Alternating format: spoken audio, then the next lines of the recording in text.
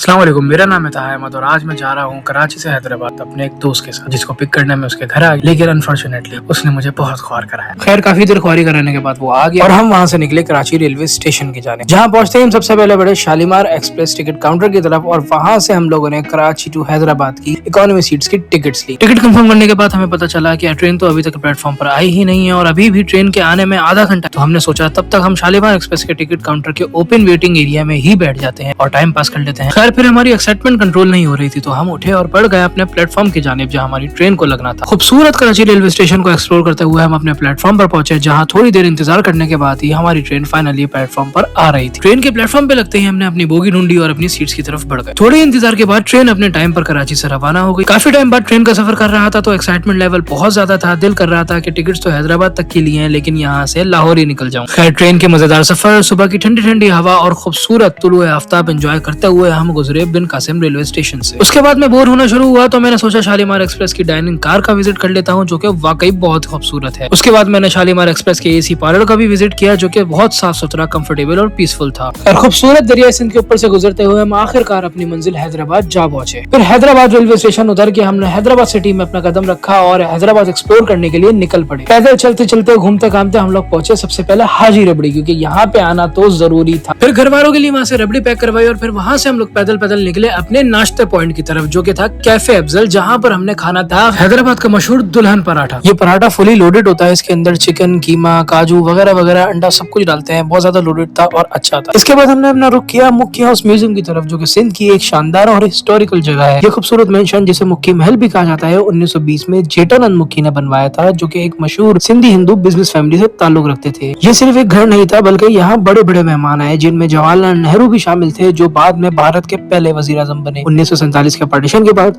मुक्की फैमिली पाकिस्तान छोड़ गई और ये बिल्डिंग मुख्तलिफ सरकारी इस्तेमाल में रही, हत्ता कि कुछ अरसे तक स्कूल भी बनी रही और तबाही का शिकार भी हुई। फिर 2009 में इसे रिस्टोर किया गया और पब्लिक म्यूजियम बना दिया गया, जहां आज हम उनकी जिंदगी से जुड़ी तस्वीरें, फर्नीचर और कीमती आर्टिफैक्ट्स दे सकते हैं। फिर वहां से हम वापस स्टेशन की तरफ आ गए और वहां आके हमने टिकट्स ली वापस कराची जाने के लिए और अपनी ट्रेन का इंतजार किया। थोड़ा सा हैदराबाद स्टेशन को एक्सप्लोर किया और इतने में ऐलान हुआ कि हमारी ट्रेन अपने प्लेटफॉर्म पर आ चुकी है। ट्रेन के लगते हमने ट्रेन में चढ़ के खाली सीट्स ढूंढने की कोशिश की और फिर हम अपने सफर के लिए रवाना हुए। हमारे पास ओपन टिकट होने के बावजूद भी हमें बहुत अच्छी बर्थ मिल गई और हम उस पे बैठ के अपने सफर को एंजॉय करने लगे। दरियाए सिंध के खूबसूरत मनाजिर से लुत्फ अंदोज होते हुए हमने फाइनली हैदराबाद को अल्लाह हाफिज कह दिया। क्योंकि ट्रेन बहुत ज्यादा लेट चल रही थी तो मैंने सोचा अपनी नींद ही पूरी कर लूं, तो मैं थोड़ा सा सो भी गया। खैर आहिस्ता आहिस्ता ही सही, लेकिन वक्त आखिरकार गुजर ही गया और हम लोग इस तरह पहुंचे ड्रेग रोड रेलवे स्टेशन, जहाँ पर पहुंच के हमारी उम्मीद जागी कि अब कराची कैंट ज्यादा दूर नहीं। और इस तरह हम कराची कैंट रेलवे स्टेशन